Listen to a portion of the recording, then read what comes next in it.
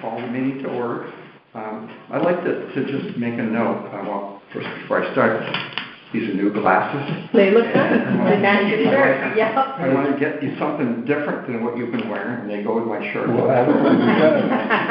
Say you're very well dressed. Yeah. So looking at the last Board of Selectmen meeting minutes, Selectman Lampo said that people had complained that commission agendas were being amended at the meeting, eliminating the notice for a subject to be discussed. And I hope we don't do that, but one of the things we do is we jump around the agenda quite a bit. So let's try to follow a logical order. Suzanne knows, I think you probably took minutes of that meeting and wrote what I read. Again, I did. Those are my words. And I would like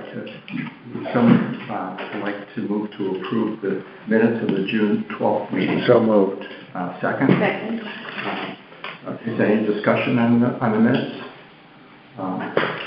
Is there a motion to approve? We already have that. So shall we vote? All in favor of approving them? Aye. Against? Abstain? So the minutes are approved. And I'd like to make note that I wrote the last minutes, but the next one will be by our new secretary, Joan. And Joan and Suzanne writes the minutes. Yes, that's what I was going to say. Now, hang on. Is that? Totally. Yeah, I don't want to take. I don't want to minimize. She writes them, and then we will look at them and make sure that they make sense. Yeah. One of the things, Suzanne does a great job, but one of the things I wanted to mention is that a lot of times we talk about, hey Fred, we talk about issues that she unfairly does not know the background for. And sometimes I'll put some extra information in there, which I do because I found the minutes to be a really helpful source in going back and seeing what we've done and how we've done it in the past. I agree with that. I do too. When I first got on this committee, I thought it was really helpful to go back and read them.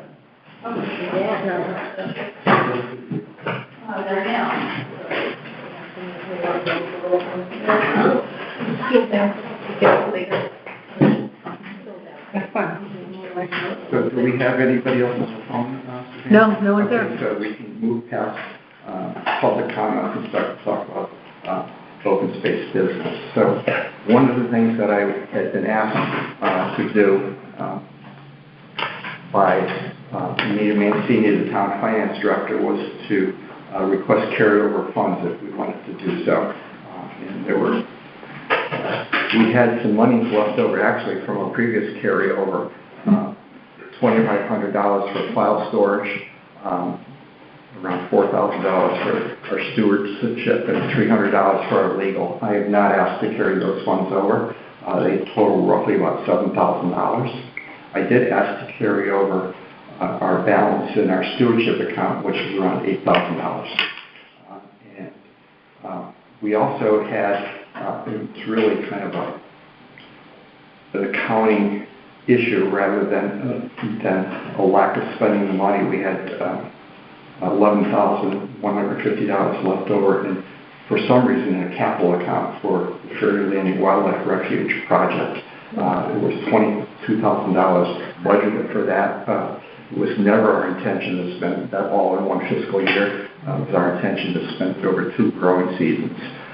So we did spend $10,895 in the last fiscal year, and I do expect we'll spend most, if not all, of $11,000 that I requested to carry over in the next growing season with a fall, spring, and another spring mowing.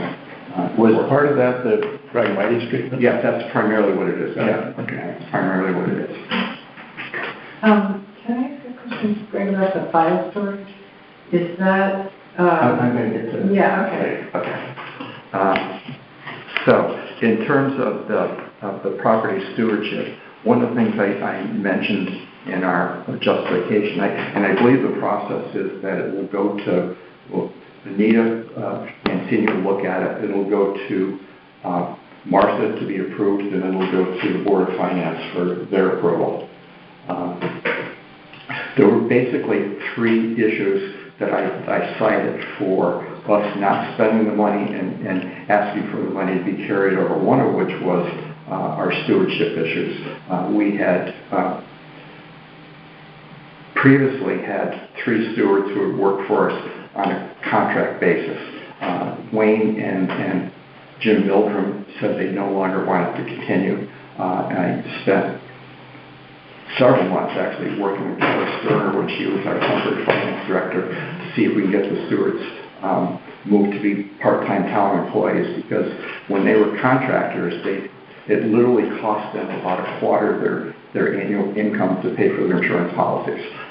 So that we covered them, they're not covered under the town's policy. That was kind of a nice, ineffective bump in pay for them, not having to pick that up. Unfortunately, we didn't, even though we interviewed early, we didn't get to send out a hire letter to Alex D'Amico until mid-August, and Alex ended up taking a full-time job for a land trust in November. We contacted Nancy Merritt, and by that time she had already taken a job herself up in Massachusetts, and we interviewed Isaac Kazukin in the spring, and he's on board, and so we will have 2 stewards really. I think we're going to be set with Isaac, 2 stewards really kind of working in tandem for the first time as a commission. And Andy can talk about this later, but we have a backlog of projects that have built up. We had a wet spring, and there were a lot of wet areas in the trails. Now we have a better sense of which ones are going to persist and which ones need to be addressed most urgently. So we'll move along with that.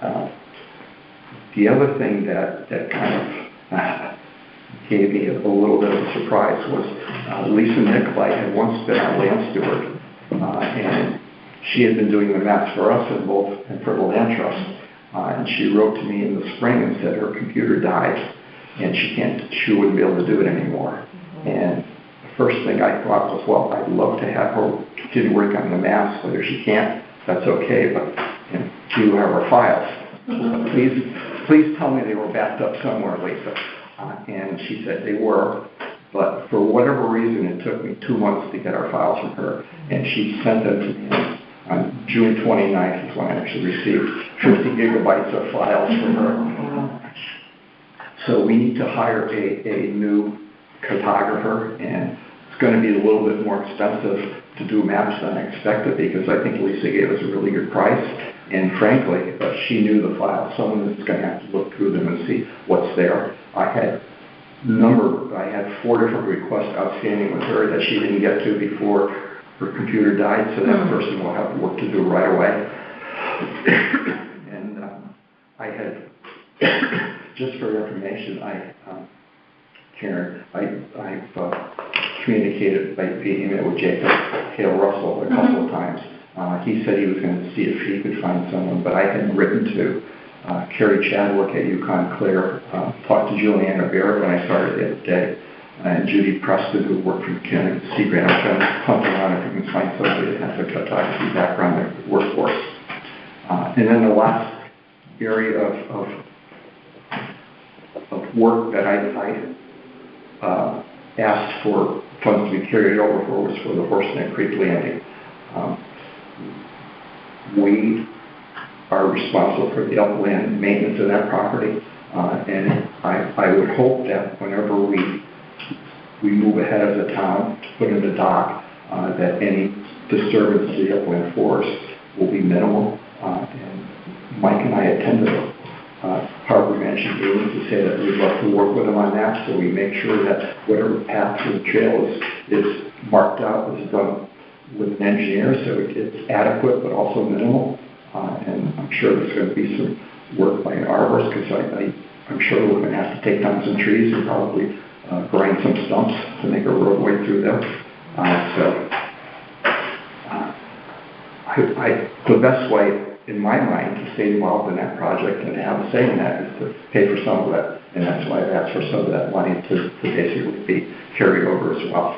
I was here in the town hall maybe a week and a half ago, and Mike Barnes and Mike Presley were working on the application, so that's moving along.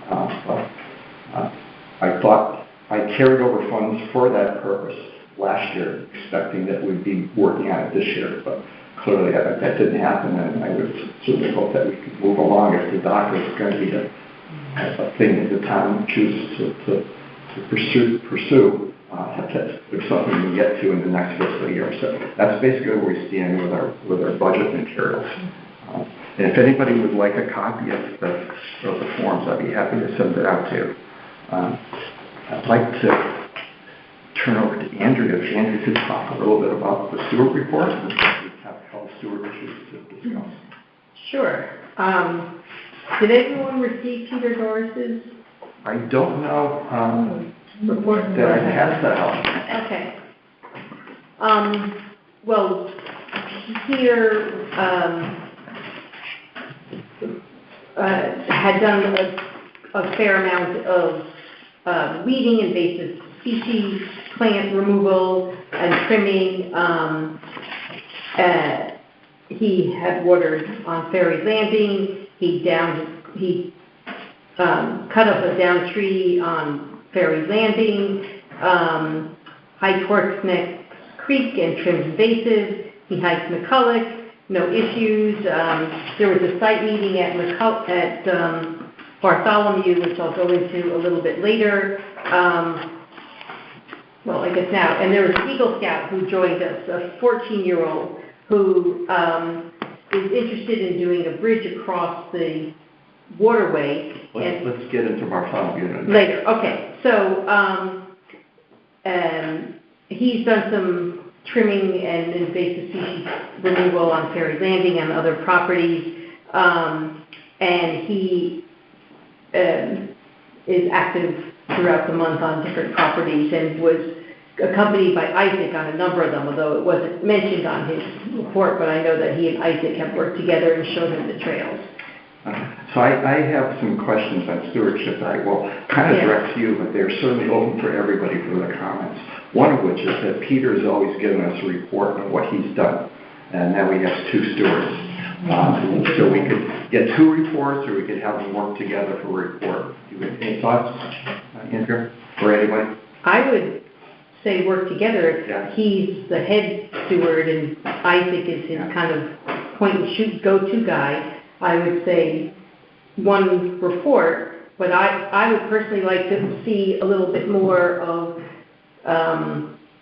elaborate aspects of what we had specified, like the anthills aren't mentioned in this, which I know that he did, but he'll send separate photos to me of what he did with the anthills, and we have discussed and laid out certain trails and tasks, and I'm trying to make it into a bigger scheduled planned sheet so that it can be coordinated with the high school.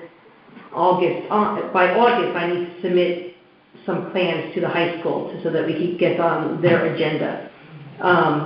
But to specify, like, this week, this month, I'm hitting Bartholomew or whatever trail, and these projects are to be addressed, or on this blue trail, on this property, X and X and Y can be done, and for him to kind of evaluate and assess what are potential projects in addition to what we might have identified. Okay, I like the idea of them doing a combined report. And if anybody is hiking or out in our things and you see something that needs to be done, I would ask that you contact Andrea. Andrea can because she's kind of working with both of them. It's probably better that she be the contact point and have a sense of what Peter and Isaac are doing. And I have one item I'll mention right now. We'll get into Champlain North, but I went there the other day, and the weeds are pretty close to waist high around that sign we put up for the Barbizon Oaks. So that definitely needs to be weed whacked so it's more approachable by people. And that brings up the issue of equipment. I'm not sure why, but I seem to be having a great deal of difficulty accessing the town's business account with Amazon. the town has to tell Amazon that they would like us to be invited, and Amazon is supposed to send us an invitation to invite us to open a business account, so things could be billed directly to the finance office and we're not charged taxes. Tracy has told me that she sent numerous requests to Amazon. They've never come through to me. I've never seen it.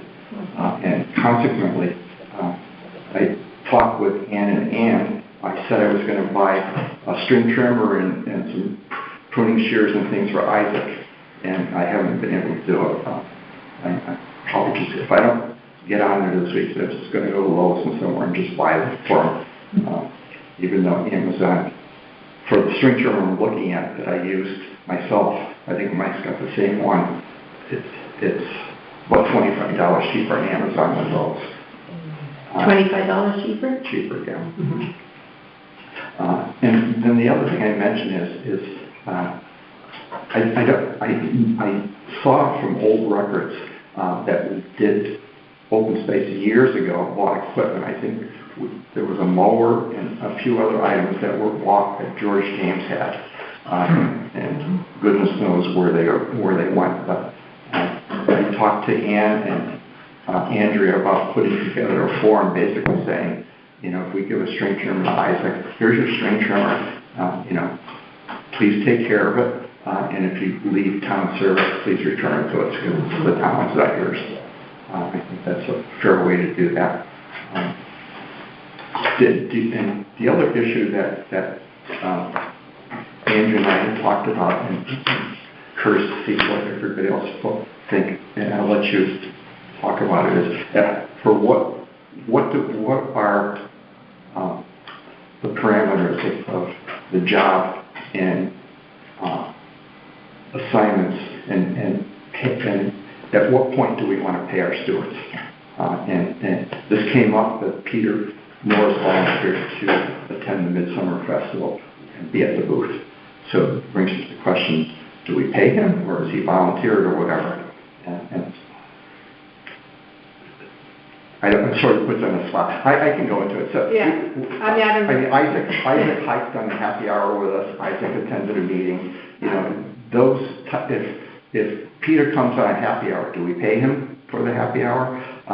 It's almost kind of like, if we ask him to go, I would think that would be we're kind of obliged to pay him for that, but if he wants to just come along with us or volunteer, I don't think that we want to pay him for that. Well, I think, if there are, on the hike, if, say for instance, Isaac is attending and he is being asked to point something out or have any kind of role or responsibility, I think he should be paid. I don't think he should be paid for having drinks at the other end. But then, I do think if he is asked to attend a meeting, it's because we want him to answer questions about something. Again, I think he should be paid. I agree. Yeah. I think if we ask, Yeah, Isaac as a new steward was just trying to determine what the parameters of his job was, and he's asked some questions which I think are quite reasonable. We did ask him to attend this meeting to meet us. He drives down from the Haven, so we did pay him for a couple hours for that. But my own inclination would be, and we'll talk about this later, we have sufficient people for the booth, and Peter wants to attend. If he wants to attend as a volunteer, that's fine. I would be not inclined particularly to pay him for their. I think even the way I kind of phrased it when I wrote it was volunteers.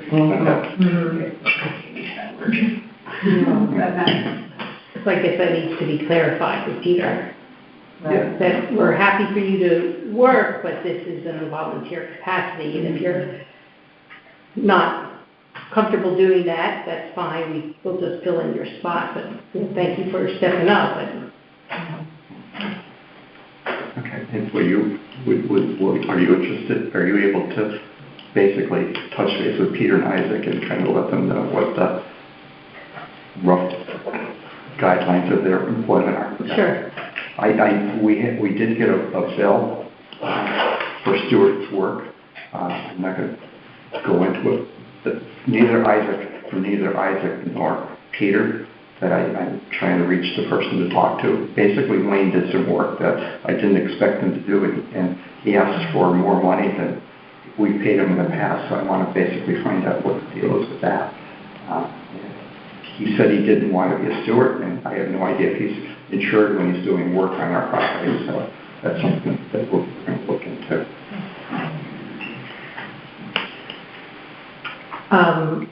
I have some steward materials here that we had talked about getting, that I had ordered. There are 2 first aid kits. The only thing these are missing are actually a Benadryl tablet. For bee stings and things like Yeah, that. so I was just going to buy them and pop them in here. I'm not going to charge for it. But if you want to take a look at these are actually from the American Red Cross. So I got Fred's approval, my Fred, sorry. But if you want to look at the kit, Dr. Fred. Yeah, just for those who don't know, Mr. Fenton, he's a physician, so I'm sure he gave Andrew good advice on what was appropriate. And then, this is a backpack for Isaac or any other secondary steward. It's a very nice backpack. I'll pass it around $30. Wow, what you got? On Temu, a website which I'm told might be a little sketchy in terms of like getting your personal information. I just saw that website when I was looking for something that pops up and I looked at it. But it's got a duffel bag topping so you could throw all of the tools in. It's got the belt, the strap. I'm not going to open Sealed. Jealous. But I thought that was a very good deal, and I was prepared to return it and look through my own stash and give him something, but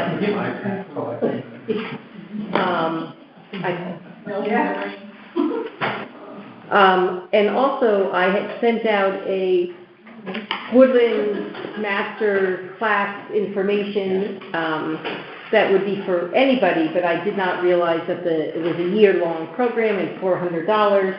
Isaac had expressed an interest in it, and then,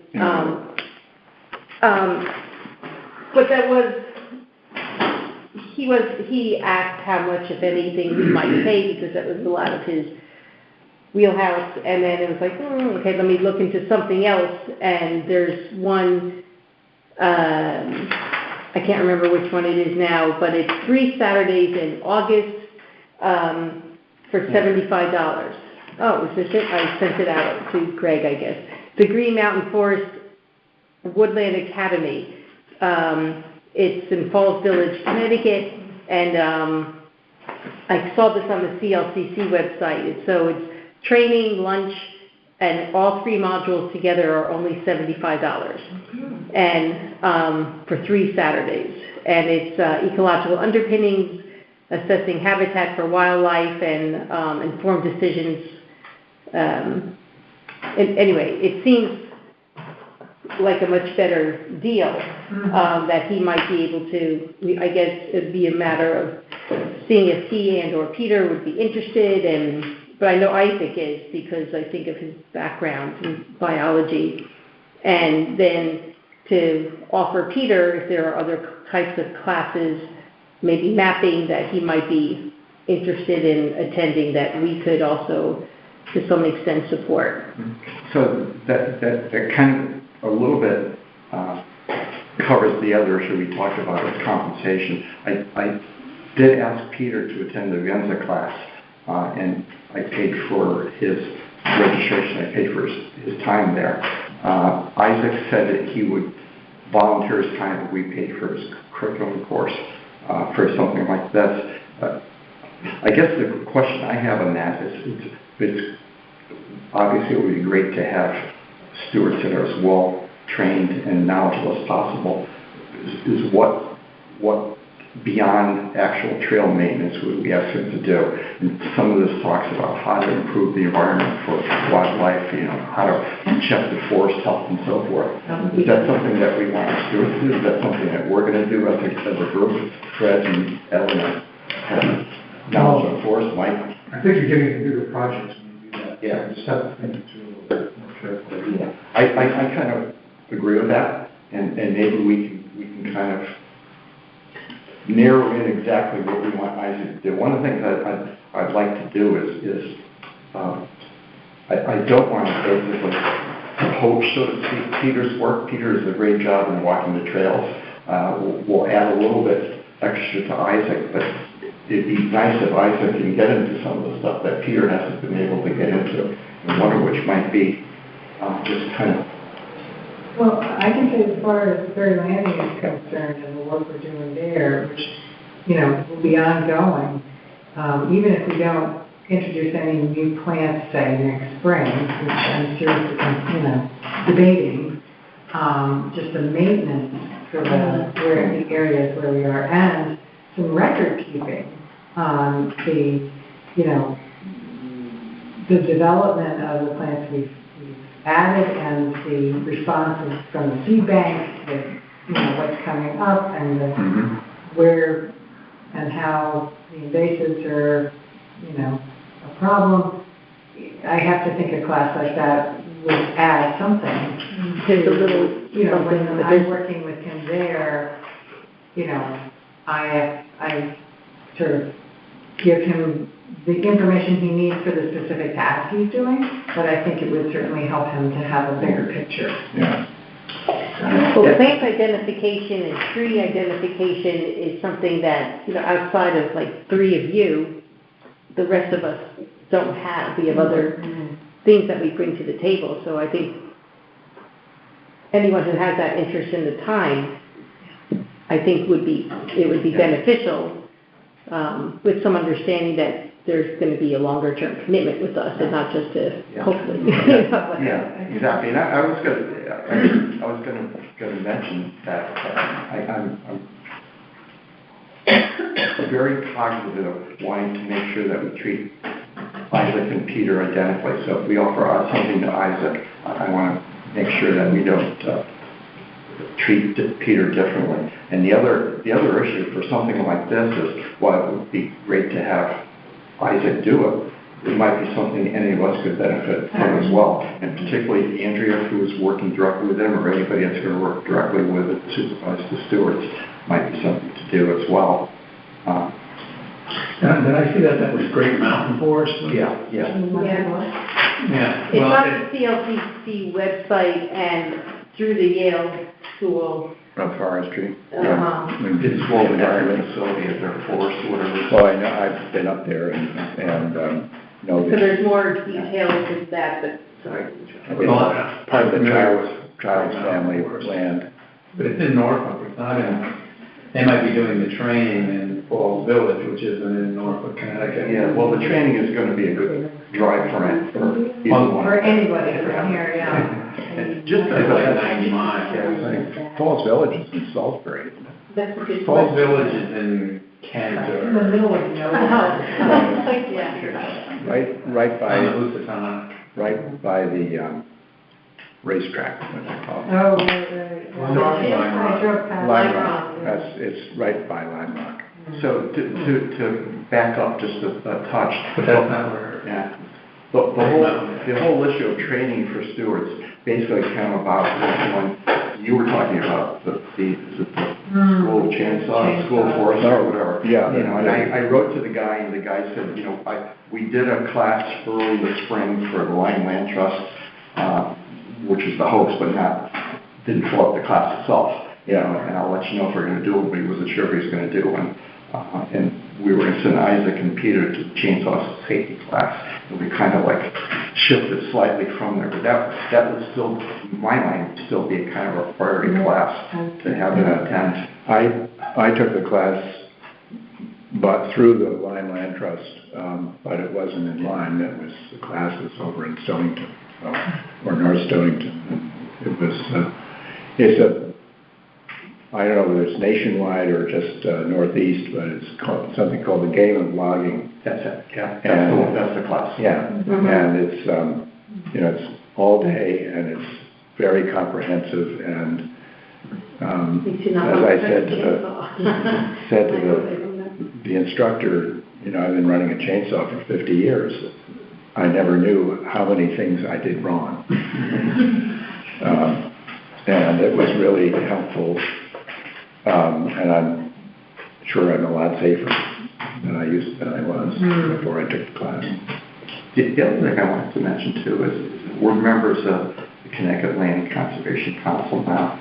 You know, Evan's on the board of the Lorraine Land Trust, and I know a number of the people that are some of the heads of that.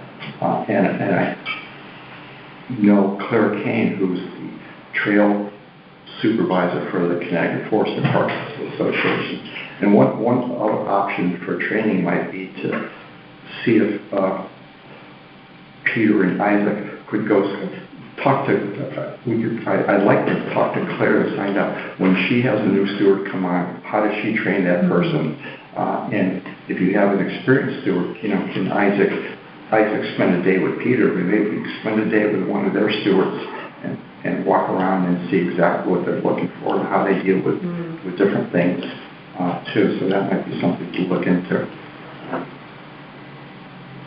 Do you know Claire too? I do. I went and I recruited her for this I remember. position, and I went and talked to her for 2 hours up in Middlefield. And I'm more than comfortable giving her a call and talking to her. Maybe the thing to do is just have a few of us meet with her and just touch bases. I'm kind of curious about some of the other things they do. Well, I think that also leads into Joan's questions, like, what are the expectations of the steward? What do they do? Yeah. Is it just, not just the just, but walking the trails, responding to, you know, proactively saying, oh, look, there's a water thing, or this tree is down and I need to do this, or a bridge, or whatever. So it's, I don't. We should come up with a job description. Well, we have one kind of. Okay, so Yeah. work off of that. We have one, but in my mind, what Peter's been doing, walking the trails and checking it for safety, seeing if there's any branches overhanging or whatever, that's the number one responsibility, keep the trail safe. And then spinning out from that, you know, we talked about possibly having Isaac do a little bit in education or research or whatever. You know, one of the things that we've done is we have a number of properties that we've never marked, probably never walked. And would Isaac be the one to go and try to dig in the town hall records and find out where they are? I don't know, but if we find out where they are, that will be a good job for him and Peter to go out and look at them and put the sign saying, this is town of Old Line property. Right. I think that's long overdue. My train of thought, we're just going to say, so, Job description. yeah. Could be expanded from what we used to. Well, I mean, part of this seems a little nebulous, and just onboarding Isaac properly. Yeah. Mhm. Avoiding any conflicts between Peter Yeah. and Isaac, and Peter might be a little senior, and they, you know, expect a little more deference and Yeah. things like that. Oh, I know that's my one. In terms of projects, that's the last issue I wanted to bring up. So you had put together a nice list of the various wet points and places where you might need bridges and so forth, Andrea. I think maybe the thing to do is to find out which of those were temporary issues that might have dried up as we moved a little bit away from the heavy rains we had spring, and which ones are persistent that we need to actually do a bridge. I would like to get going on the bridge with the lumber and the work and so forth to the extent that the two stewards can work on it themselves. And That bridge by Champlain North was to be a project in the fall. It was with the environmental club. That was going to be. Well, that's like what I 60 meant. That's what I meant. We need to look at what do we have to do, who can do it, and when should they do it. in the environmental public one, we'll talk about Bartholomew with Logan and it's a Boy Scout project. One of the questions I guess is we talked about whether, Peter would kind of gauge what we need to do, or do we tell Peter, this is what you shall do? I don't know what your thoughts on that would be. I think you can back to the job description. Might get two people questioning whether they both do the same thing. One's more senior than the other. Yeah. And from an HR standpoint, from the job description, when you find differences, it's hard to make those arguments. And if you want to get reimbursed, you want to take a class. This doesn't match the job description. Yeah, and I was curious too, when we have our work days, is that something they would both be joining in on, and that would be a paid task for them, or is that always going to be more of a volunteer thing? Excellent question. All hands on deck. Those are the questions we need to, the issues we need to hash out. My understanding and discussions with Peter, and maybe it was with you too, and on some of the projects that I identified, that some, like the anthills, that's a Peter and Isaac job. Peter and Isaac. So Peter, if he wants to do it by himself, if he wants the needs Isaac, and especially if there's any chainsawing, then he should have a spotter with him. So, and Isaac could be a point and shoot, a carry guy for Peter. And so there's some projects that the two of them could do together, and then there's others that might involve us as an open space committee, because it's a Thursday or a Sunday and we could just do it without all the logistics of getting 15 students together. And then there's a 60-foot bridge, which would be more of an environmental club project that they don't have to be on. Well, I mean, it occurs to me just in terms of differentiating between the two of them, that maybe we do want to consider, having a senior steward and an associate steward. Mm-hmm. And part of the associate steward's job description is to assist the seniors as needed. Right. And then, the associate can have, perhaps a broader scope of things or not, just different. And it sort of recognizes Peter's experience and whatnot too. You're more transparent and you avoid not the delivery conflict, but there could be conflict based on Peter's work. It's a process that's evolving as we're moving along in terms of what we're going to have Isaac do. One of the things that Isaac brings to us is somewhat of a background in biology, and I'm not exactly sure how we can utilize that, but I would like to utilize that. And again, backtracking a little bit, the impetus for hiring Isaac in the first place was that Peter had fallen and broken his ankle, and right in the middle of summer, when we have the most use of our trails, we didn't have a steward for almost 3 months. Isaac, obviously having a second steward gives you immediate insurance to go out there and handle the trails.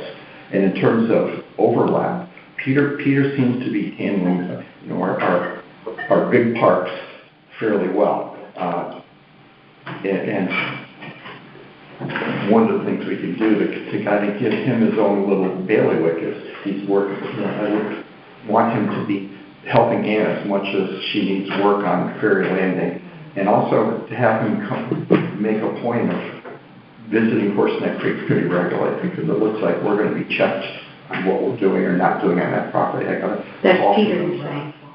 I would like Isaac to be the guy. We'll get him a string trimmer, and Isaac go through there maybe once a week with a string trimmer, even however it needs it, because I've gotten calls saying there's poison ivy in the trail. What are you guys doing? So, and we'll talk about that a little bit later. So, again, I wanted to throw that over to all of us. I'd love to hear anybody's ideas on how we can best use them to make our properties, number one, safe, and to basically, we've never really gotten into a forest plan in terms of even to the point of having a sense of what do we have on our properties, and I'm I'm gonna get into it a little bit later. One of the things about the photography that I wanted to do was be a little bit more descriptive on our trails, saying, you know, this trail, you'll find a lot of mountain laurel will be really pretty in the springtime. This trail has some steep areas, you know, if you're gonna hike that, Just as for the website. yeah, Yeah. yeah. So, let's move. The poster, just to that point, the poster downstairs has, on that easel, some of those descriptions, easy 30 minutes. Yeah. But even if you did a round trip rather than a mile, you might say 30 minutes round trip. So I'm cognizant of the fact that there's a lot of stuff going on in this town. And, Katie Malaka was supposed to devote today to Woodside Wednesdays, but she hasn't been able to get to it, and I think I do not want to push her, but I have a new Stewart page with Peter and Isaac on it. I gave her about a month ago. The page still has Peter, Wayne, and Jim on it. So Does she post our minutes and all, or? Vicki does that. Yeah. So let's move into Bartholomew. Do you want to talk about our little trip, and then we can talk about where to go from there? Sure. Logan Landry, a 14-year-old Eagle Scout, to-be Eagle Scout, proposed a project, a bridge project on Bartholomew, and his idea is to bring in telephone poles that apparently they have contacted with or relationship to get them on, and have them fall across the pond, and then put, I guess, the lotus logs underneath, and maybe some, if I remember, like some Cross pieces. Cross pieces, thank you. Yeah, treading there. Yes. And I have, I was going to say, if you need lumber, we're now looking at we have no animals anymore that we need fencing for. So we're going to take our fencing down, and there's slipboard fence, so that each section of fence has a 10 or 12 foot lumber a board that can be used as a walkway for wet areas. So we don't have to go out and buy. I'm perfectly happy and willing to donate it to the cause. That might be good for Champlain North. Mm-hmm. But we could also use some of it, cut it into pieces, the right length, and depending on how far or how wide we're going to make this bridge, I'm a little concerned about how the heck do we get 2 40-foot They said they had this They're 25 feet. access to this Still long. this cart, this V cart. Right, but with the twists and turns in the trail and how narrow the trail is, it'll be interesting to see. It might mean That's part of his Eagle Scout. and so we're waiting for him to send us his design. So when we met there, the timing was not the best.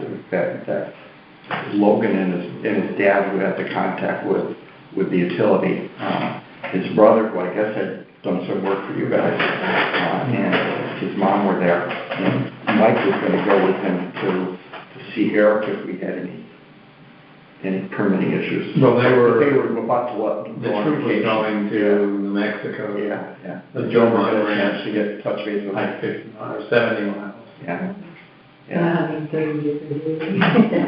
It's drunk. Did you ever get to touch base with him? Well, I think that's their away. So when he gets Yeah. back, Okay. he has my contact, and just having had lots of experience with Eagle Scout projects, they can kind of sputter, depending on the kid, but his dad is the scoutmaster, he's leaving as scoutmaster, so there may be a lot of, pressure on the kid to get his Eagle done while his dad is the Well, scoutmaster. I think It there- could happen quickly. I think there's a fraternal pressure on him too. When I contacted him, he says, my brother's an Eagle Scout, and he says, I don't want him to be the only one in the family, if he's gonna be one, I want him to be great. So, he's got that motivation. But scouts, they're in scouting until they're 18 when they graduate, and he's 14, so he has a window there to have some flexibility as to when he gets it, so. Do you remember when we met, Mike? I was trying to see how I'd have to look at far. my Tuesday calendar. after we met at your house, which was 2 weeks ago Monday. I felt that there was some urgency there that's likely to proceed pretty quickly, especially if they're depending on the polls from a friend, you know, with Eversource, so. In communicating with him, I exchanged quite a few emails with him. He seemed to want to try to get this done before the school year starts. That would be great if that's possible. They have a large troop apparently, Yeah. with 40 kids, and Well, although they also- all won't show up for the work project, but it's, you know, so it seems to be a viable troop. It's actually, I think I'm the commissioner for this troop 26. Yeah, be nice to get that done too, because that property is basically shut down. Right. Yep.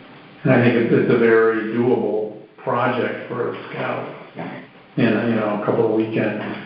So it was June 25th, Not that long ago. so 2 weeks from yesterday. And, it's, right minds think alike. Andrea's husband Fred had kind of the same idea. There were some trees that had been gnawed by beavers, and drop them down and use them, and we're going to use the telephone poles or whatever instead. And one other thing we talked about, I don't know, Fred or Evan had any thoughts about that, was there are trees that were gnawed by the beavers that are, if they're not dead, they're not going to last long. Should we consider taking them down? Will they pose a danger? I know they would like to leave things standing if they can serve a purpose in nature. Well, they certainly serve a purpose in nature, but if they are a danger, if they're in any way close to where the bridge would go, I don't see people wandering around in the underbrush over there.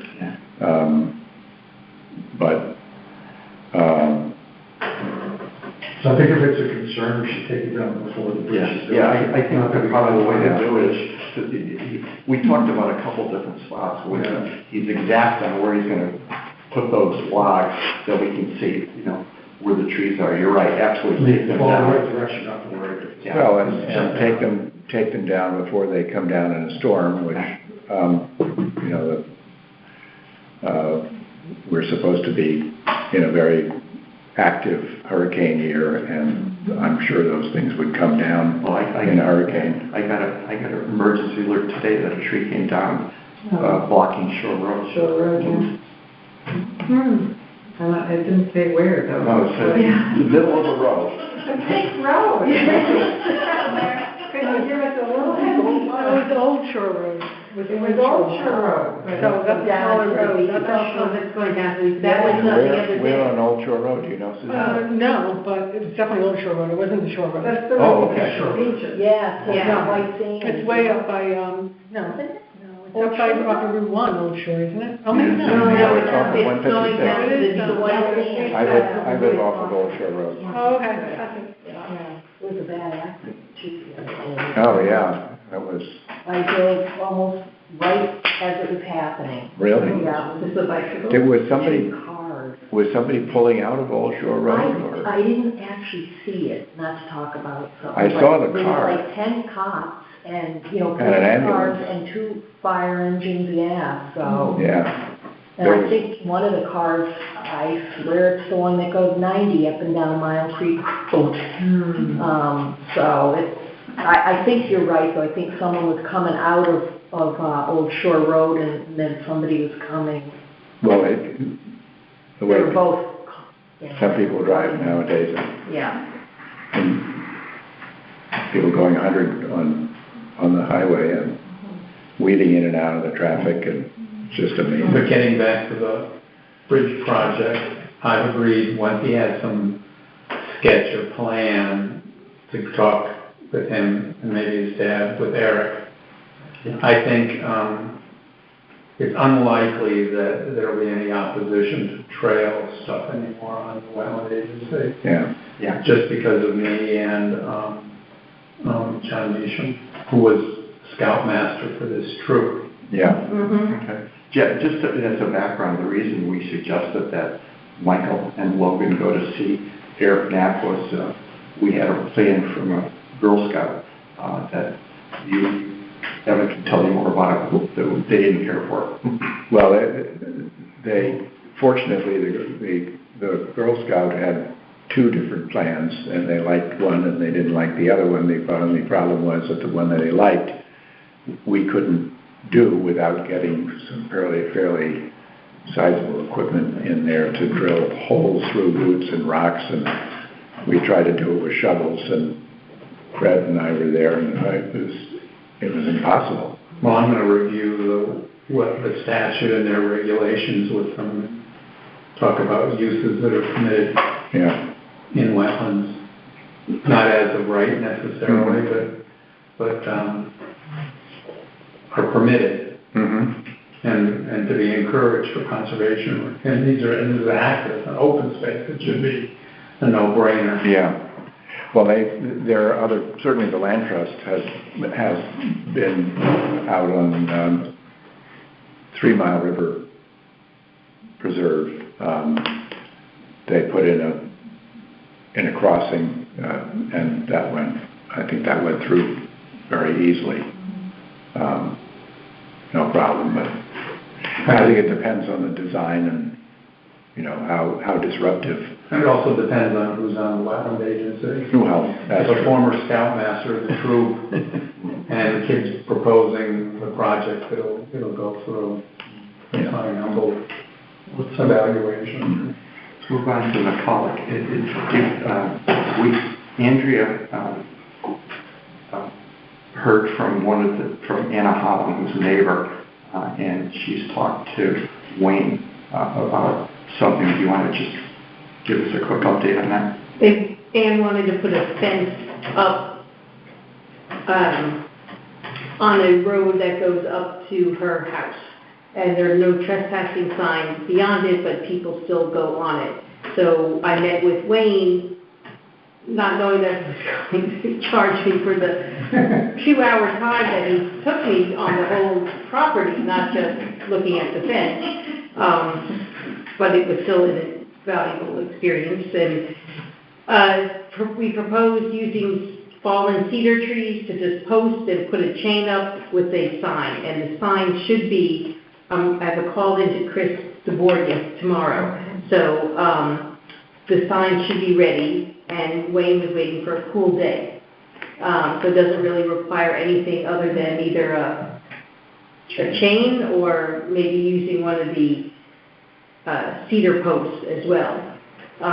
There was another fire road that Wayne was proposing to make up ahead that would be a little bit off trail where he could get around on his cart, and that didn't seem to pose any problem. It was just a matter of him doing that and with Anna's approval, and it wasn't going to be inviting for other people to walk on, but just a way to continue to grow the property. In terms of people walking on, though, that Andrea had suggested that at the end of the yellow trail, you might do what you call a lollipop. Oh, on the Ames off of Flat Rock, yeah. Yeah, do a little loop that there's some nice little property up there. Yeah. And if we sketch that out, and I leave it to you and anybody that wants to work with her, we could go to Nature Conservancy and see if that's an issue for them. We got approval to amend the conservation easement, put in 3 trails. I didn't know that that's on her property down there. No, this would be our property. Yes, Fred and I were looking up the record, so that's not, it's not on Pfeiffer's property. Oh, it would be the town's property. It's on our property. Yeah, but to put it, Evan worked with them, and he was with the Nature Conservancy. We would need approval to perhaps to do any changes other than what we previously requested from them. But this would not be a new trail, it would just be an amendment of an existing trail. Okay. And so I'd be happy to reach out to Sarah Pellegrino and say, hey, we have this trail here. We just put a little loop on the end of it and come back. Yeah. But they might want to come out and take a look at it. Sure. Yeah. Okay. Yeah, they I probably didn't would. realize that. Yeah. Because that, there is a new stewardship easement monitor. Is that the gal we walk with? There's a new one. Okay. And so I have to figure out who it is, and because she also does our property, because we have a conservation easement. I think when we did, was it an annual walk that one needs to do? Yeah. With them? Yeah. When we did the annual walk, last winter or whenever that was, Wayne suggested that right by the Trina Gap Parking Trail, you can go up a little rise there, and you have a nice view of the pond and Brooks Meadow. And I asked, her name escapes me now, but I asked the gal that was with us, could we put a little trail there? She goes, well, you have to check with Sarah on that. Oh, yeah. So, anyway, that's that. I have just 2 other property questions to ask after. I think, Mike, you were going to maybe meet with Rob McCarthy. Yeah, well, Is that coming up? Okay. Yeah, okay. Yes, we'll get to that in a second. Oh, okay. Sorry. Or later. I wanted to talk about the Barbers on Oak. So Evan had reached out to Peter Edmondson, who is a local arborist who works with Save the Tree. He gave us an excellent quote on it. He told me that you could go ahead and do it in June. I said, that's great if you can do it in June, because we had funds in our current budget, and he didn't do it.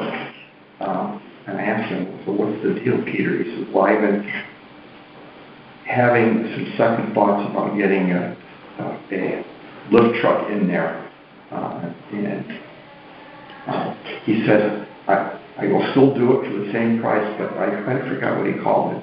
Some little smaller device that raises up to reach the branches that will be available to him. He said the 3rd or 4th week in July. So you can wait for that. I said, yes, we can wait for that. Yeah. So they are still going to do it, but with different equipment. Okay. Yeah, because if you got a big bucket truck, trying to get a big bucket truck in around some of those corners and over ledges, and Yes. it's not the easiest place to. You'd actually probably, if they actually had a climber, that would. Yeah, we had talked about that. I don't know if they climb trees anymore. Not often. No, we have a guy. There is a fellow named Andy Zellick. He just started up his own tree cutting business. He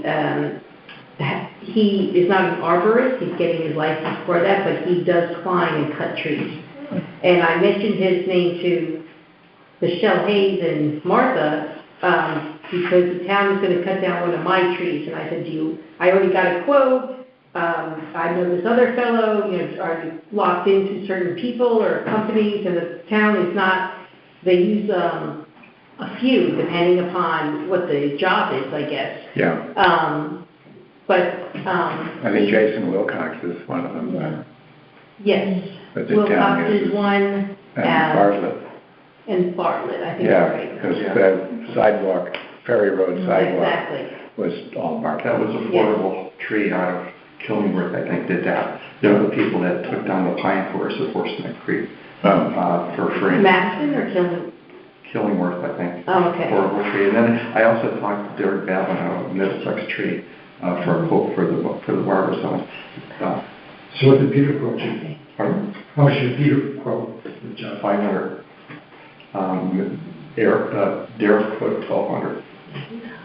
500 is very reasonable. I thought it was too. Yeah. What's he doing again now?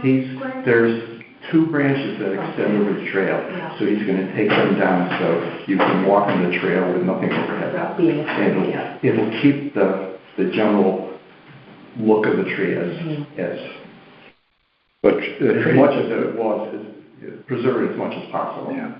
Peter's on the tree commission, I think he's getting involved with the town a little bit. Might be part of that. Okay. That's good. What we're after is to be able, over a long period of time, is to basically watch the barbers deconstruct, and as a result, and in the meantime, it's being used by all sorts of critters, and from fungi to woodpeckers. Mm-hmm. We have a nice little sign that we did put up. It needs to be trimmed around it, but there was actually a really interesting article in the New York Times about 6 weeks ago, talked about don't take that tree down, and it talked exactly what you said. Yeah. Yes. Well, put some information together on a page. Some people will tell you that there's more life in a dead tree than there is in a live tree. Just because as soon as the tree dies, all the critters move in, and then you have from bacteria to algae to all the way up to birds nesting in. Moving time to miscellaneous issues. So I noticed in the minutes that Suzanne drafted for the Board of Selectmen meeting that I don't know if it's a plan to have various commissions appear before the monthly, but Jude Reed suggested that Open Space and Harbor Management appear before the August appear before the board at the August meeting. I haven't gotten that invite, but I expect that we may, and I'm fine with that. And I mentioned that would be one reason for my... the board's meeting? Yes. What date? For the purpose of? I don't know. I Second haven't gotten the invite. Just to give updates on what's going on. But I would imagine, given that both are expressed, rather than one or the other, that they're interested in basically the status of Horseneck Creek, which is fine, because I think I'll talk a little bit about the Rockfall grant, and also we talked about maintenance, where we're going to go through there periodically and keep the trail clean and so forth. The only other thing I would mention about that, just offhand, is there was a issue of the country club putting wood chips possibly within the right-of-way of the property.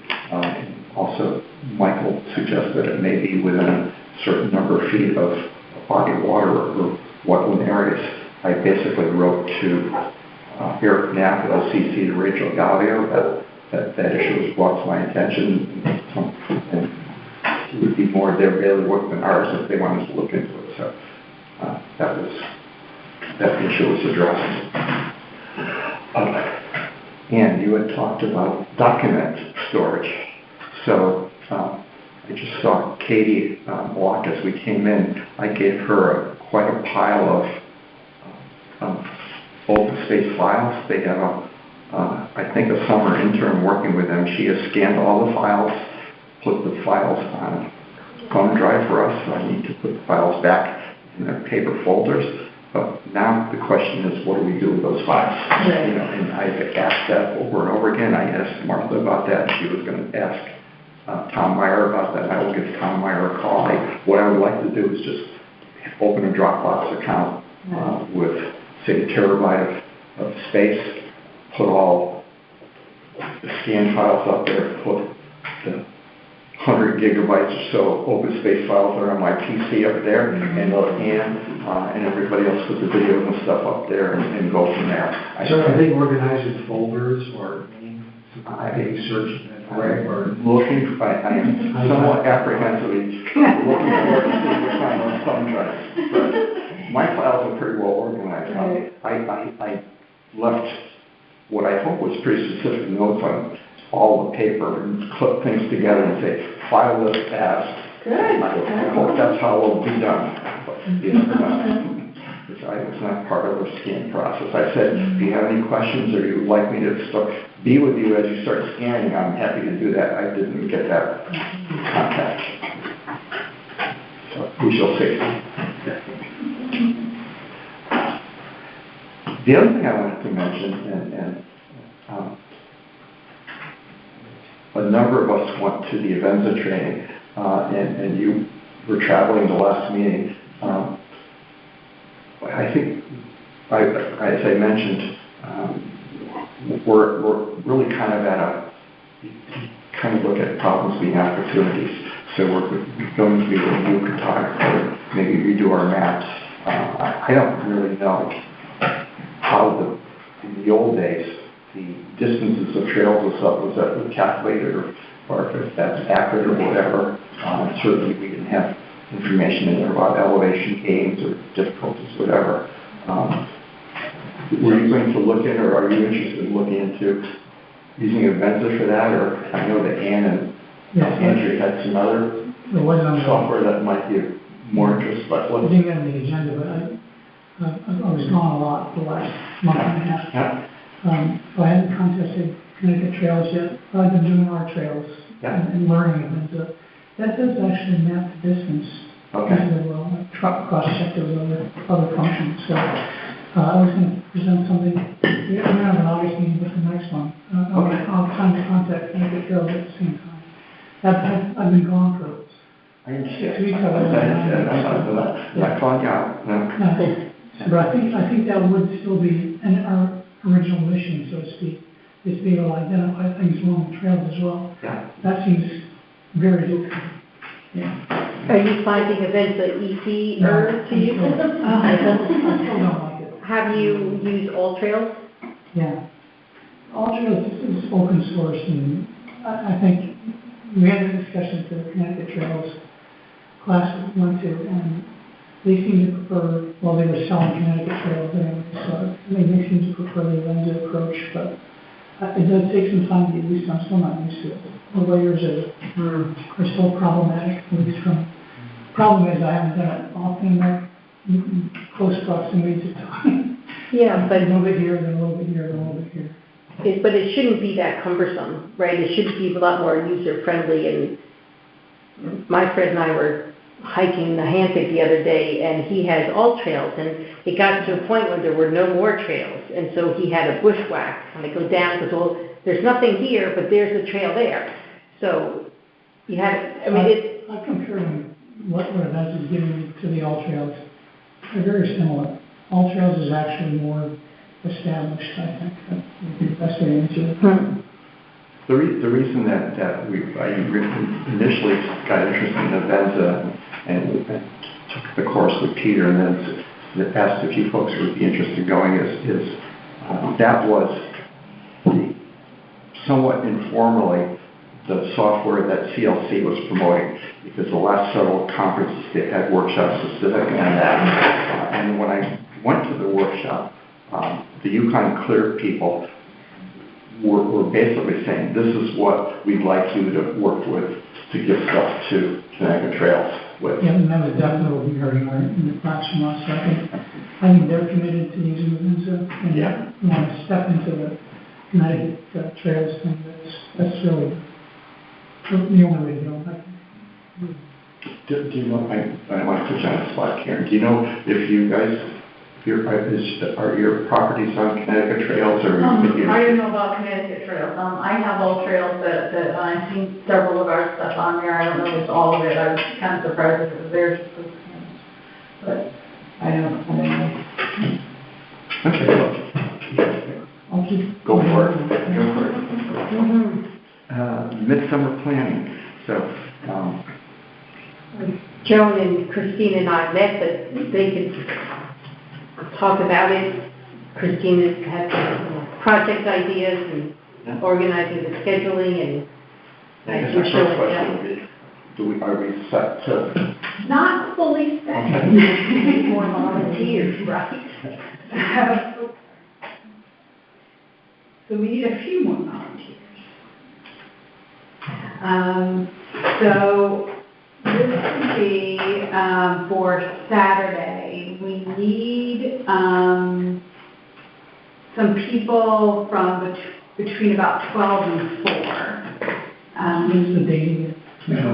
The 27th, yeah, Can you remind 27th. what we have, Of July. July, sorry, for the Midsummer Festival. No, what we. Our tent is gonna be, I think I may have signed up for some hours, but I can't remember what. in front of the Lime Art Association. So we're going to do, kind of a couple things, so Well, one. let's get the scheduling set away, so. Oh, okay. What, from 12 to 4 you need folks? I think I said I could be there at the beginning and the end, Yes. so. The and end. I could, at worst, excuse me, at worst, Do you want me to read out what I I could be have? there. from Yeah, do that. Okay, so Friday night to set up, Evan, Greg, and Fred. And then for, like morning setup, and then until 10, me, Greg, and Fred. And then 10 to 11, me, Fred, Andrea. 11 to 12, Evan, Fred, Andrea. 12 to 1, just Andrea so far. Could be 2 more people from 12 to 1. 1 to 2, I have Joan and Andrea. So we need 1 more person. 2 to 3, Joan. So we need 2 more people. 3 to 4, Peter Narth. So then again, a question about volunteer hours. And Greg. And then there's another open space. And then breakdown would be Evan, Greg, and then Peter Narth. And I do have them listed as And that's volunteers. at what, 4? 4 to 5, evening breakdown. Do you recall what we did last year, Evan, did we bring the, You don't need to come after that. that day or later? I think I may take it. Were you able to fit it in the Prius? I almost think that we did. No, I've got a truck, so I can. Okay, your truck, yeah. Yeah. I almost think we put in Prius stuff, Oh, we might have. yeah. I know you and I took a ride to pick it up, Yeah. that must be the. No, I think we have to pick it up Barn, it was a barn in line. Yeah, well, it was, Sandy Thurston's barn, and she no longer has all those, they've moved everything to the new land trust barn in Hadlime, so it's a little bit further to go get but I'll pick it up, probably a couple of days before. Okay, that would be great. And I mentioned that my wife is going to be at the Friend Show across the street, so I need to kind of help her set up beginning of the day and the end of the day, but between that, I can basically fill for any slots.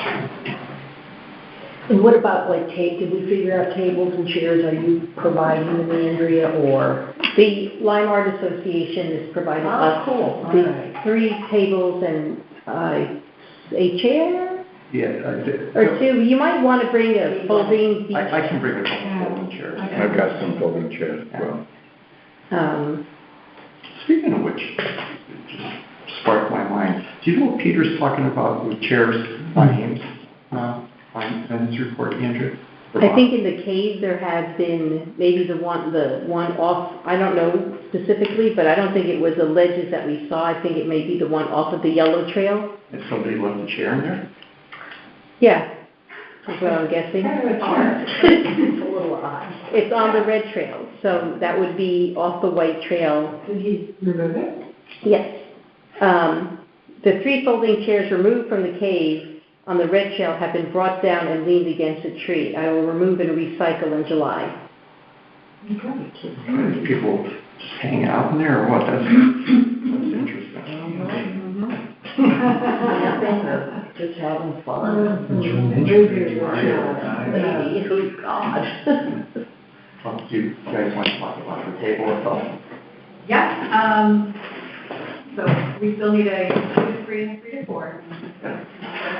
So let me know, think about it, you know what I mean. So we're going to do, one thing we want to consider is going to fly kids, like at the Midsummer Festival, and I've only ever been there with my little ones, so that was kind of, or part of it is we were thinking in terms of like hiking safety for kids, and then really hiking safety for anyone. So we thought we would do like safety whistles.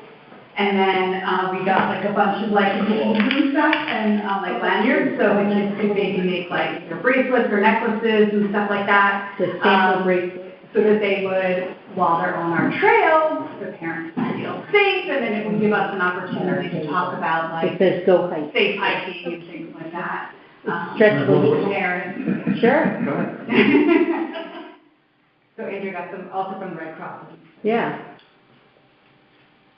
So I've got the beads and I have the receipt and all that stuff too. So we thought that was something fun for them to kind of work on it and keep the beads in there. So you could make it into, that's the sample that was done, was similar but not exactly the same Yeah, so we equipment. got basically just like, yeah, So it can be worn as a bracelet, a necklace, stuff like that, yeah. So, and the lanyard is optional. I mean, this, Will we need training on how?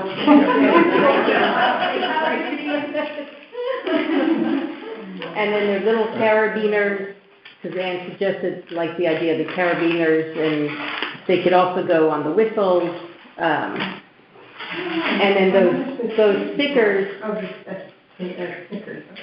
the idea is to put them on chocolate-covered fruit like pomegranates or blueberries, and then we could offer them if they want to eat chocolate bugs, because then you have the bugs on the package. Oh, I see, okay, I'm sorry. So those are bugs, I know, stickers. but they're edible? No, the bug stickers would go on a chocolate-covered candy, a chocolate-covered fruit. Oh, Package. A package like this that's chocolate-covered fruit, like pomegranate. oh, And you put a sticker of a bug on it and say, oh, do you want to eat a chocolate-covered bug? Ew, oh, yeah, sure. And then, you have a bug on chocolate-covered candy. okay. As a thought, I mean, I didn't get the candy yet. It's not a done deal, but this was a buck, so, Cute idea. They may be asking us to try it first. well, they're chocolate-covered pomegranates. I know, I've never- Yeah. No, So Karen, you're making us up our game with all your piles and owls and things. well, no owls this year, mainly because it's just too hot and we can't get anywhere to do it. And, I can see on the website, like, the hours of this thing. So I was assuming the, 9 to 3. I will But say, it was just really kind of, I will say, I really have you know, to remember in my brain. the 9 to 4 is what they suggest. Okay. And last year, it was so hot. It was hot. We were out there So like hot 2 that people started peeling off later in the afternoon. I do not think we stayed before. I think we left before that. I was gonna say, I'm doing a 2-hour shift for us. And of course, at this point, I knew the one signed up. And then, of course, I drive my husband, so, but it is like you're looking for 3 people on your list? I think if 3 would be great, if we get And then that way someone doesn't. we get 2. I was going with 2 people. The other question I have is the size of these booths.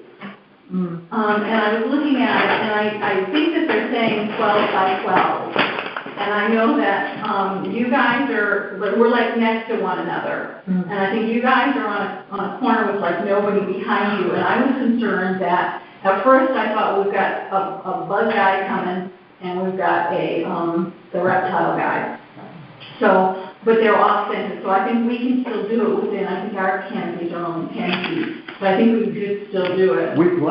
Last year, we set up around the time that you were setting up. Yeah. And they had it marked out, but we can, Yeah, and I wasn't, like I said, I think I can do it with just the 10 foot, because I think if I do a table in the bathroom too, and I think, I don't know how your table plans were. It's my understanding that we're gonna be in a different spot. Yeah, well, Instead of against the building, we're gonna be the other side of the sidewalk. Yeah. You're gonna be against the sidewalk, and we're gonna be between you and the street. Yeah.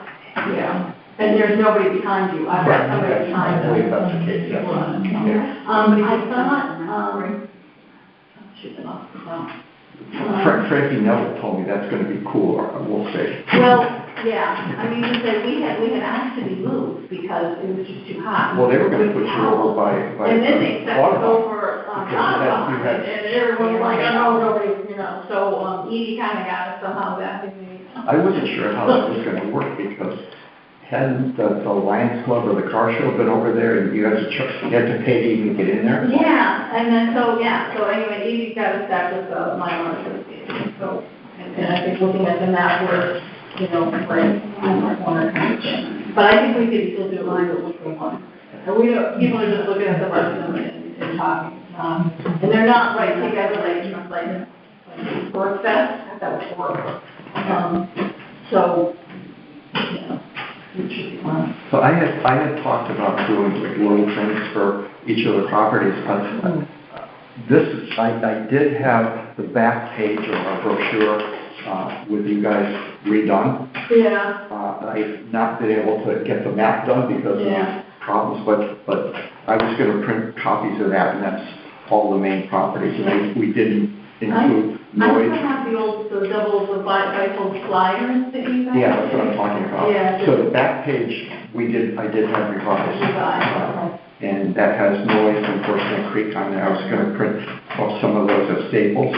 And then the other thing I know I told Andrea about that I managed to have given to me a box of 200 packs of crayons with about 8 crayons per box. I'm going to try to get some.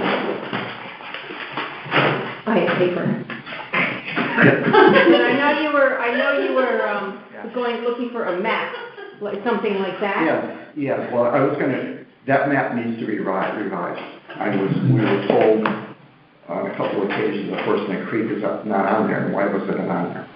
So, This one is an old one. one. Bureaucratic reasons. Well, more practical reason is that I haven't been able to get the cartographer to do that. So, and that, Sure can, yeah. And I'm gonna get, these are 3 tablecloths, Oh, okay, perfect. and there are I don't know. brochures in here, Down there because because I won't be there for setup. Yeah, okay. There's an invasive plant, You guys using that I won't bring that one, the invasive plants. I noticed that we still have a box in the office. and these, the Valak, I don't know that this was, I think, some promotion for them because of something, they're just in this box, so they don't have to see per se. I'll give you. So when we hand out the maps with the wrong map, we'll say, we'll say store. These are the whistles. Thank you. Right here.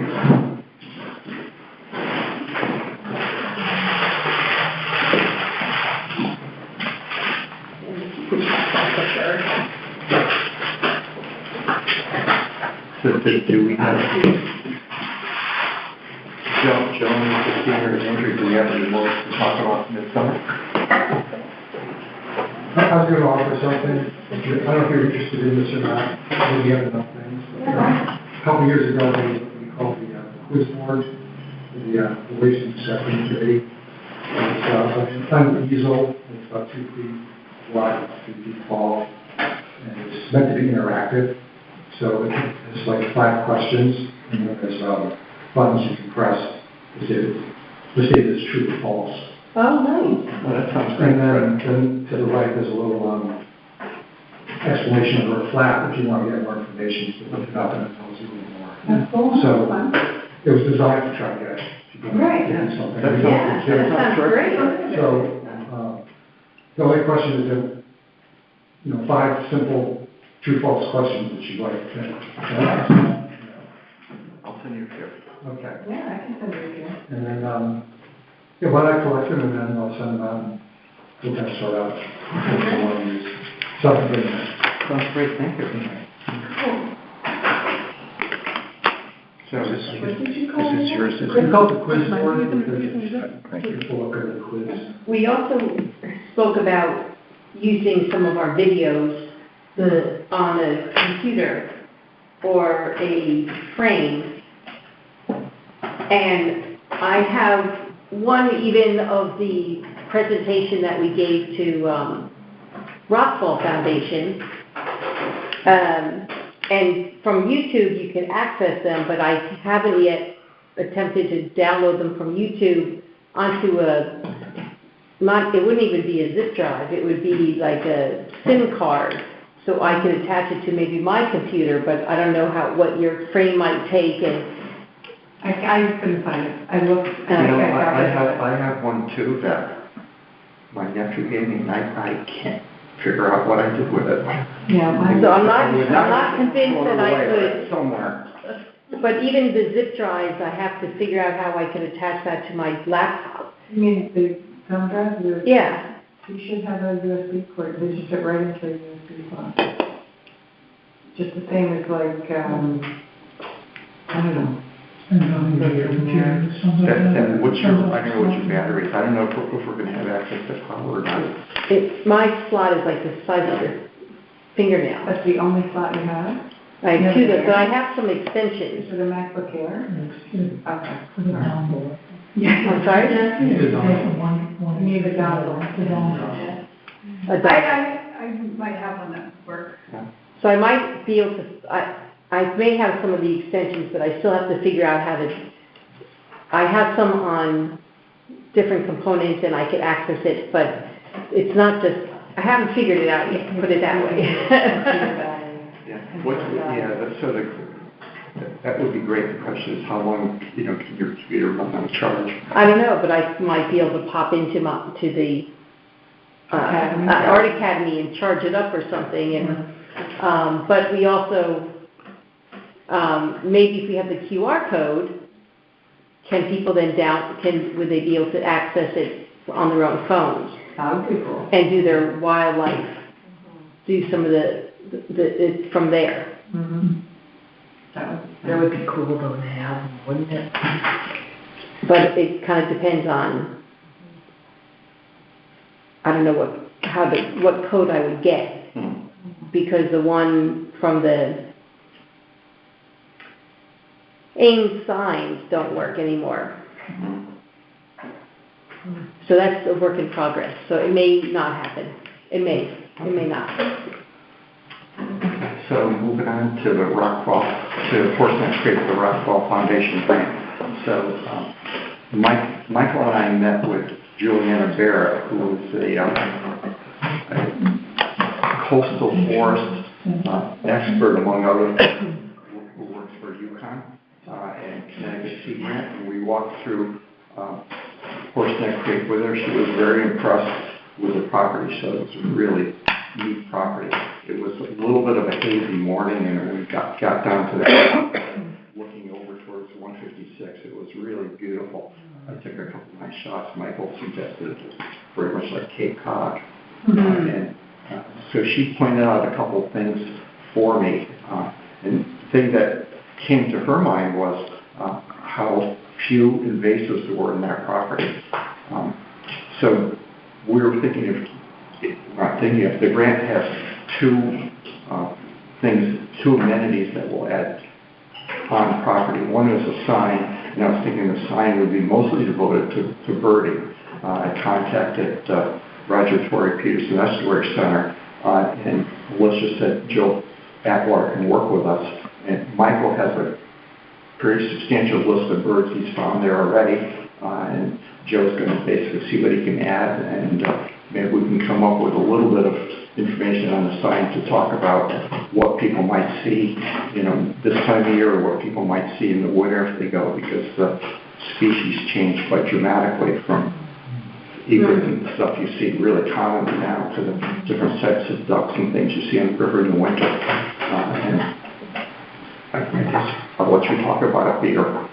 Doing your best to establish an eBird hotspot there. eBird hotspot, and fellow in charge of eBird was Marshall Ellis, I think, at Cornell. And I talked to him in March and told him that the mechanism by which you can suggest hotspots isn't working in Connecticut. I don't know. I think it's depending on volunteers, and I was hoping they might get some interns working on it.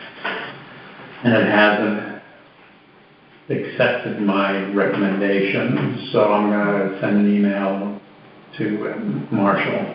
He said he would do it, but I was waiting to get a couple of other sites that aren't eBird sites, hotspots. Anyway, it would be my vision to kind of have the sign basically focus on birds. And for people that are not avid birds, but just want to go and want to look at the set white bird out there. Even just some, well, we will get it as a hotspot, but even if you just mention it, and you could have a code where they could just scan it with their phone, and then the eBird hotspot would pop up, and it would tell you all the birds that have been seen there, what has been seen in the last 30 days, and the last 7 days. I will tell you Something like that. Looking at the list that Michael sent me, it's pretty impressive. A really wonderful array of birds that one might see that bird. Do you see them, or do you hear them, or how do you? All of the above. All of the above. All of the above, and that's not very many. That's only about a half a dozen, or probably about a dozen visits. So that every time I'm there,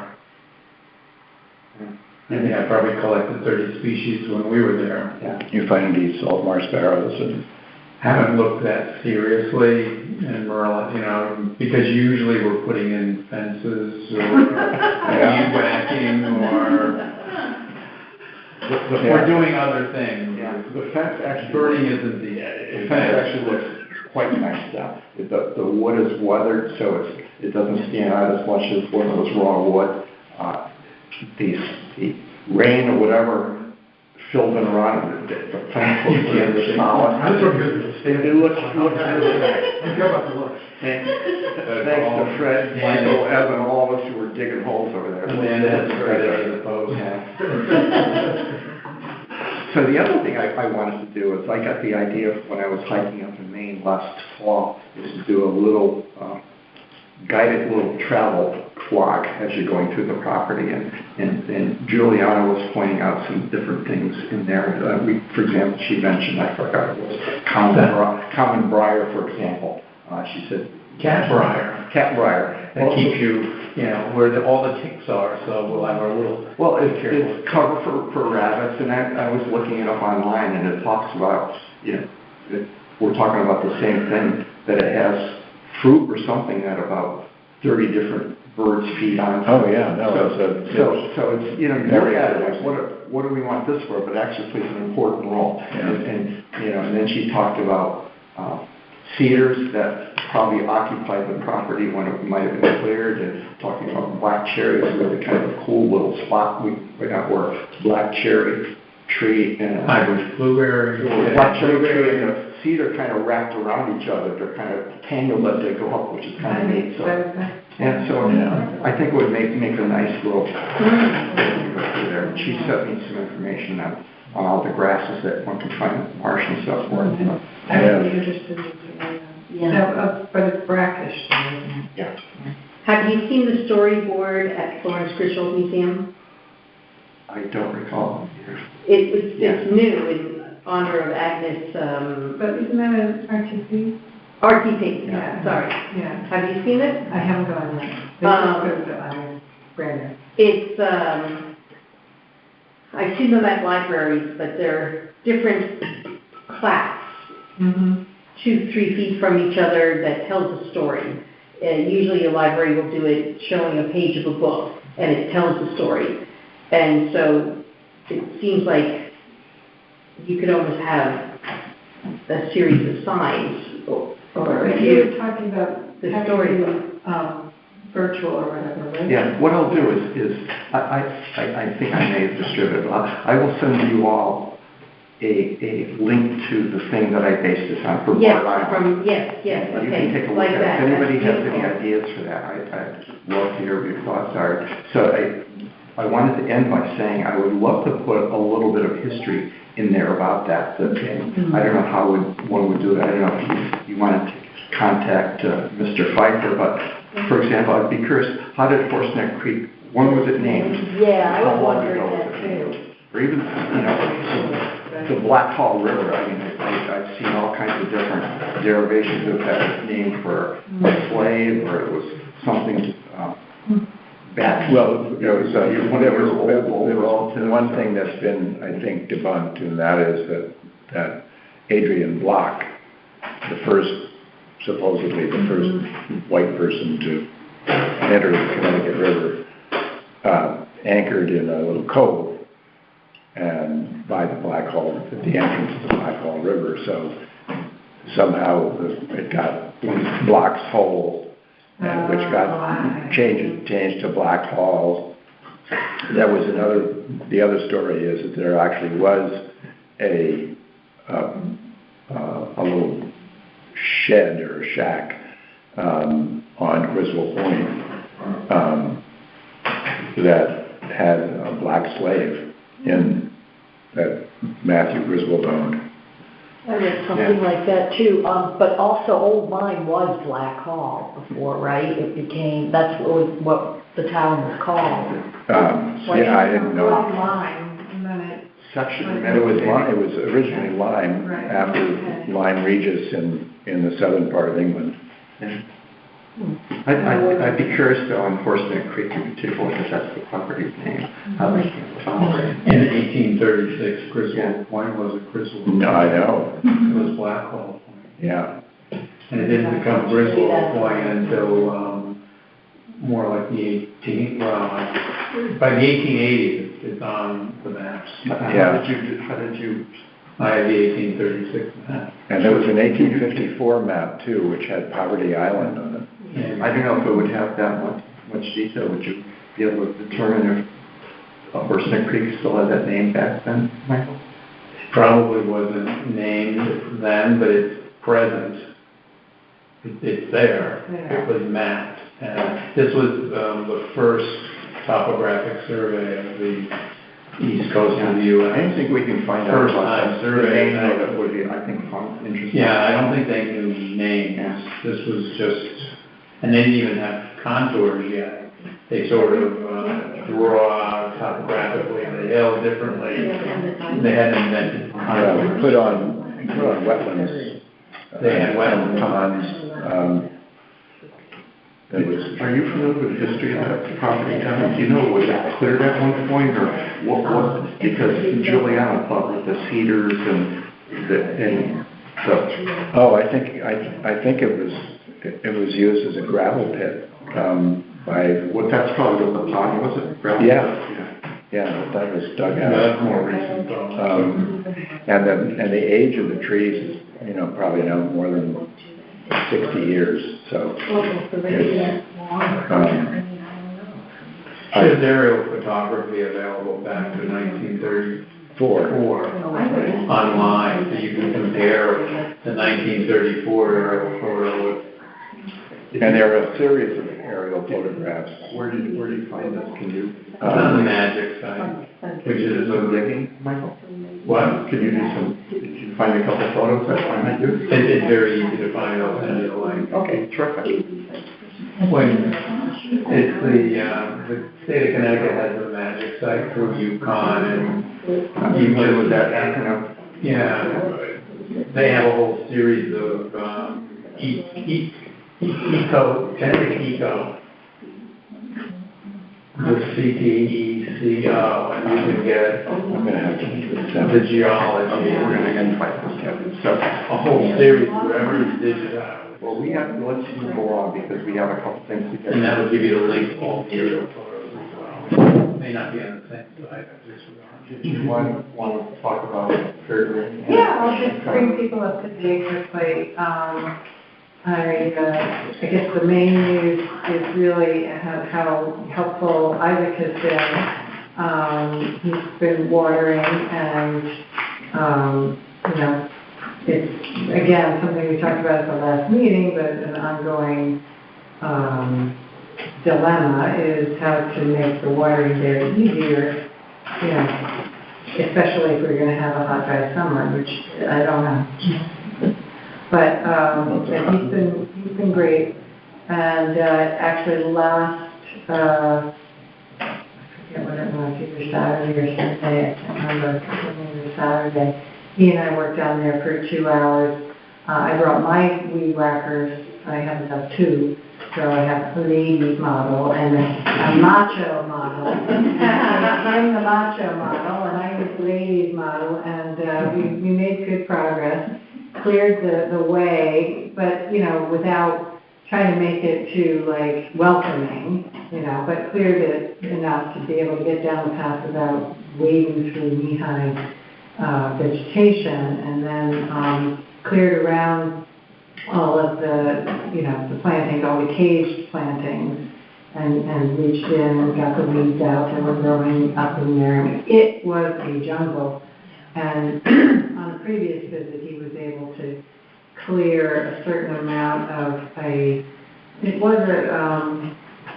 ailanthus tree that had fallen, but it had been pulled over by something like either a honeysuckle or something else.